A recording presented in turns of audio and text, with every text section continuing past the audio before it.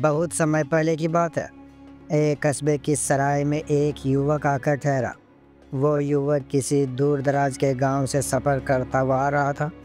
अभी उसने आधा सफ़र भी तय नहीं किया था कि रास्ते में ही रात हो गई और उसे उस छोटी सी सराय में ठहरना पड़ा। इस सराय में उसकी मुलाकात एक बूढ़े व्यक्ति से हुई जिसका नाम था हरिराम। किस्मत की बात ही कि वह बूढ़ा आदमी भी उसी गांव जा रहा था जहां पर वह युवक जाना चाहता था। खाना खाने के बाद दोनों आपस में बातें करने लगे। बातों ही बातों में बूढ़े हरिराम को मालूम हुआ कि वह युवक भी गुलाबपुर गांव जा रहा है जहां खुद हरिराम का घर था।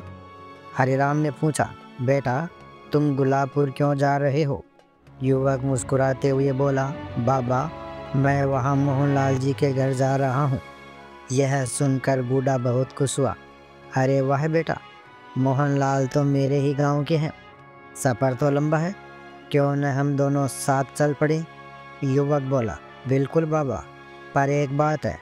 हरिराम चौंकते हुए बोला, क्या बात है? युवक बोला, अगर आपको मेरे साथ चलना है तो मेरी एक शर्त माननी होगी। सफ़र के दौरान आप मुझसे कोई सवाल नहीं करेंगे और ना ही किसी बात पर बहस करेंगे। हरिराम हक्का बक्का रह गया, पर कुछ पल बाद बोला, ठीक है बेटा, जैसी तेरी मर्जी। दोनों ने रात सराय में गुजारी और अगली सुबह अपने सफ़र पर निकल पड़े। चलते चलते दोपहर हो गई। दोनों ने एक घने पेड़ की छाया में बैठने का निश्चय किया। भूख लगी थी तो दोनों ने अपना अपना खाना निकाला। हरिराम बोला, चलो बेटा, भगवान का नाम लेकर खाना शुरू करते हैं। युवक बोला, ज़रा रुकिए बाबा। इतना कहकर उसने अपने थैले से एक छतरी निकाली और उसे अपने सिर पर खोल ली। हरिराम हैरान होकर सोचने लगा, हम इतने घने पेड़ की छाया में बैठे हैं, फिर ये छतरी क्यों खोल रहा है?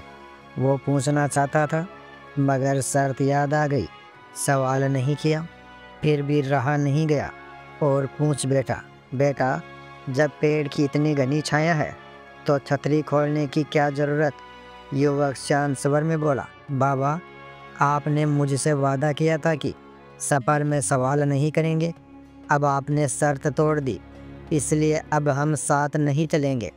हरिराम घबराते हुए बोला, अरे बेटा माफ़ कर दे, मैं अब कोई सवाल नहीं करूँगा। युवक मुस्कुराते हुए बोला, ठीक है बाबा, आखिरी बार माफ़ करता हूँ। फिर दोनों ने चुपचाप खाना खाया।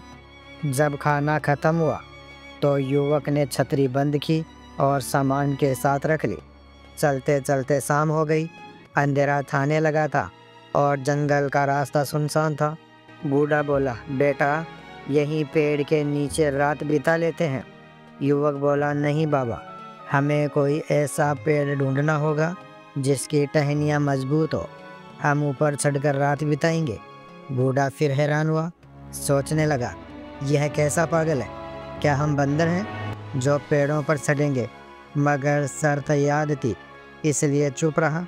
युवक ने एक बड़ा पेड़ ढूंढा, बूढ़े को किसी तरह ऊपर चढ़ाया और खुद भी ऊपर चढ़ गया। दोनों ने मोटी टहनी पर रात गुजारी।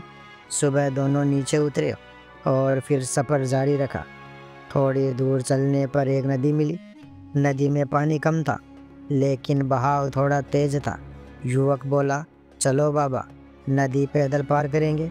हरिराम ने जूते उतारे और हाथ में पकड़ लिए, पर युवक ने अपने जूते पहनकर ही पानी में कदम रख दिया।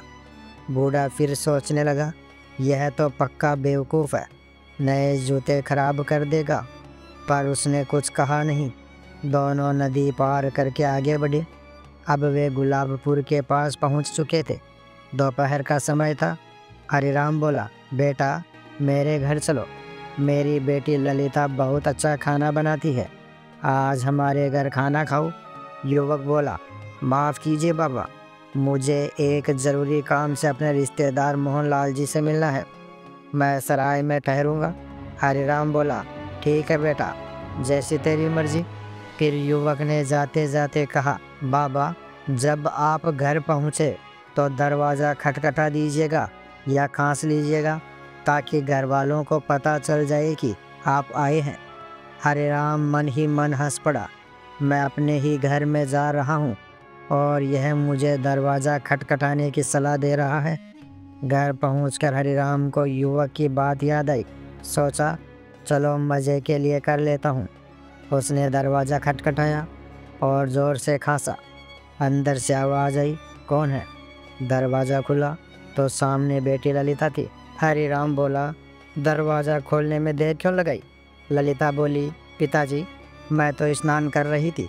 आपकी खांसी सुनकर ही पता चला कि आप आए हैं।